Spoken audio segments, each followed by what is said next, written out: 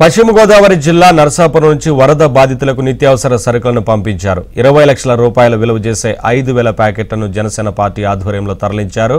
MLA బొమ్మిడి నాయకర్ పిలుపుతో జన సైనికులు పార్టీ శ్రేణుల నుంచి విరాళాలు సేకరించారు. వీటితో నిత్యావసర వస్తువులు కొనుగోలు చేసి వాటిని ప్యాకెట్లుగా కట్టి ప్రత్యేక వాహనంలో విజయవాడకు పంపించారు.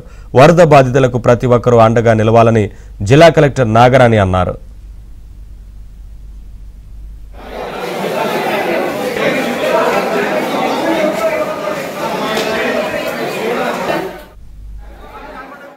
రోజుల నుంచి కూడా విజయవాడలో అక్కడ ప్రజలు వరద తీవ్రతకు ఇబ్బంది పడుతున్నారు.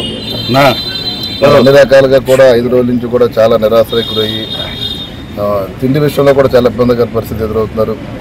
దానిలో దృష్టిలో పెట్టుకుని కలెక్టర్ గారి కోరిక మేరకు మేము కూడా ఇక్కడి నుంచి నర్సాపురం నియోజకవర్గం నుంచి 5,000 కుటుంబాలకి నిత్యావసర వస్తువులు మరి ఇక్కడ సరఫరా చేస్తున్నాం, పంపిణీ చేస్తున్నాం.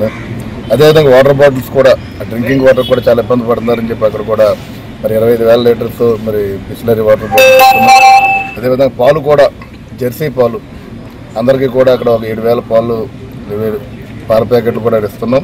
ఆ బ్రెడ్ ఇవన్నీ కూడా కొంతమంది దుప్పట్లు లేకపోతే కొంతమంది స్వీట్ ప్యాకెట్లు అంటే మాకు తోచిన దానికి మరి అక్కడ ప్రజలందరూ కూడా ఇబ్బంది పడుతున్నారు. కూడా వారికి సహకరించాలని ఆలోచనతో కూడా మేమందరూ కూడా ముందుకెళ్ళడం.